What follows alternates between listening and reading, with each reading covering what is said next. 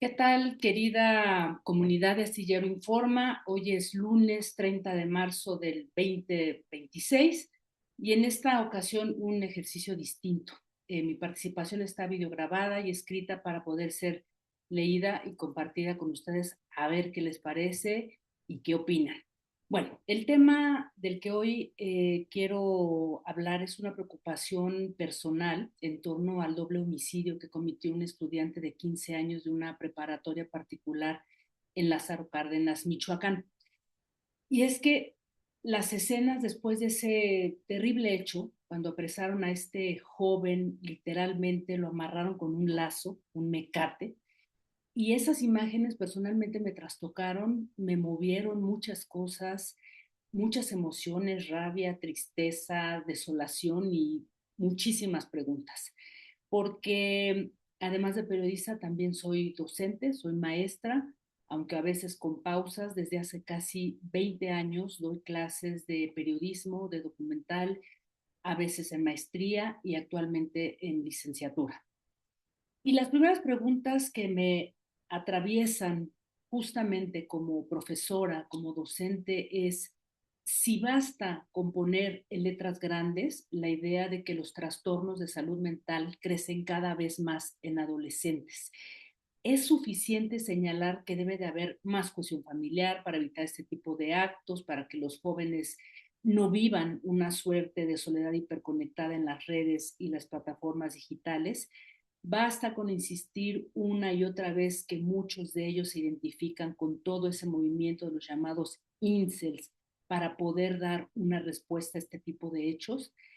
No, no basta, pero tampoco las respuestas son sencillas porque todo esto es un problema estructural y que de cierta manera nos compete a todas, todos, la sociedad, la familia, autoridades y a quienes compartimos momentos en el aula con esos jóvenes.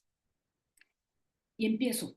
Ese 24 de marzo del 2026, alrededor de las 7:30 de la mañana, Osmar, joven de 15 años, llegó como cada día a su preparatoria de nombre Antón Makarenko. De un estuche de guitarra sacó un rifle semiautomático tipo AR-15 que horas antes había mostrado en sus redes sociales. Con esa arma, prohibida en varios países y que dice haber tomado de su casa, disparó contra dos profesoras, María del Rosario Sagrero y Tatiana Madrigal. La noticia corrió con la velocidad habitual de las redes digitales, titulares urgentes, clickbaits, versiones parciales, el impulso casi automático de encontrar una explicación que nos permita esbozar respuestas ante el horror, ofrecer explicaciones que tranquilizan más de lo que explican, nombrar en este caso a Osmar como el agresor, ¿no? Como una excepción, como anomalía, como algo que no puede ser generalizable. Sin embargo, lo inquietante no es solo lo que ese joven hizo, sino el terreno en el que eso se volvió posible. No basta con patologizar, no se trata de entender por qué alguien mata, sino por qué ese adolescente llegó a ese límite. Como maestra, como profesora, me pregunto por qué no hemos sido capaces de leerlos o entenderlos previamente. ¿Acaso sea porque no tenemos ni las herramientas, ni la preparación, ni el acompañamiento institucional adecuado para acercarnos a los jóvenes que en ocasiones, lo sabemos bien, tienen problemas que ni ellos mismos son capaces de compartir adecuadamente? Porque el problema no es solo lo que sienten, sino que no saben qué es eso que sienten. No hay lenguaje emocional suficiente, no hay entrenamiento afectivo, o más bien las redes digitales les han robado en muchos casos las posibilidades de socialización y con ello la claridad de verbalizar lo que sienten. Y en las aulas, muchas profesoras no les estamos ayudando a distinguir entre frustración, tristeza, rabia o vergüenza. Y repito, no porque no querramos, sino porque no tenemos las herramientas para hacerlo y las instituciones tampoco han querido entrarle a ese tema. Las escuelas, las universidades siguen organizadas para medir conocimientos, no para leer estados emocionales. Ahí se evalúan respuestas correctas, pero nunca se registran silencios.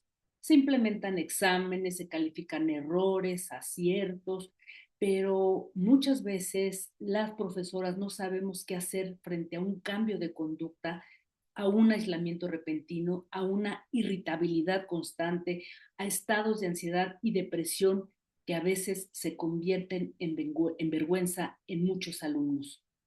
Nosotras, las docentes rebasadas, aprendemos a reconocer que algo no está bien, pero rara vez contamos con el tiempo, la formación y, repito, ese respaldo institucional para intervenir. Lo emocional queda entonces relegado a lo urgente que nunca alcanza. Y sin embargo, ahí están nuestros jóvenes intentando encontrar respuestas ante un mundo convulso, porque sí, al contrario de lo que se piensa, están muy informados. Les preocupa su futuro laboral, el giro que ha dado el mundo, Trump, Palestina y todas esas guerras absurdas. Y a muchos les angustia la violencia, la inseguridad que vivimos en este país. En muchos casos, estos jóvenes conviven con historias cercanas al crimen organizado, amigos, parientes, vecinos que cayeron en las redes de la maña. Todo esto ronda en sus vidas cotidianas, le temen, no quieren caer en sus garras. Y claro, es fácil cuando algo como lo ocurrido en Michoacán irrumpe en la discusión pública y la reacción inmediata es buscar la causa exacta, el punto de quiebre, ese momento en que todo se torció y la forma en que Osmar, ese joven, tomó la decisión. Pero quizá la pregunta no sea en dónde comenzó la violencia, sino cuántas señales fueron necesarias para que nadie la viera venir. Y permítanme compartir estas preguntas para sumar a la reflexión. ¿Por qué en casi todos los casos donde hay tiroteos masivos en escuelas son mayoritariamente hombres, adolescentes quienes lo cometen? Por lo menos en México no hay un solo caso registrado de una mujer adolescente que haya cometido un agravio de esta magnitud. En Estados Unidos, donde se registra el mayor número de tiroteos masivos en escuelas, hay investigaciones interesantes como el del Centro de Investigaciones de Políticas de Violencia de la Universidad de Rockefeller, en donde a través de un estudio afirma que efectivamente la gran mayoría de los tiradores masivos en escuelas son hombres. Las mujeres ahí en Estados Unidos representan una pequeña fracción de esos incidentes, si acaso el 5%, y las causas son muy distintas. En México, repito, no hay hasta hoy un caso registrado de una mujer adolescente que haya cometido un tiroteo masivo. Y concluyo, tenemos que abrir la conversación antes de que esto nos desborde, porque, ojo, esto no es un hecho aislado. Es un problema estructural que compete a familias, escuelas, sociedad y en mucho a esas plataformas digitales que hasta hoy caminan sin regulación alguna, sintiéndose dueños de una libertad más bien engañosa. Hay que insistir y debatir la responsabilidad de las empresas tecnológicas, la adicción de niños y adolescentes a las redes sociales. No olvidemos que en México llevamos ya varios casos de adolescentes implicados en tiroteos en escuelas en apenas 10 años. En enero del 2017, un joven de 15 años disparó contra varios de sus compañeros y su maestra en un colegio privado al sur de Monterrey.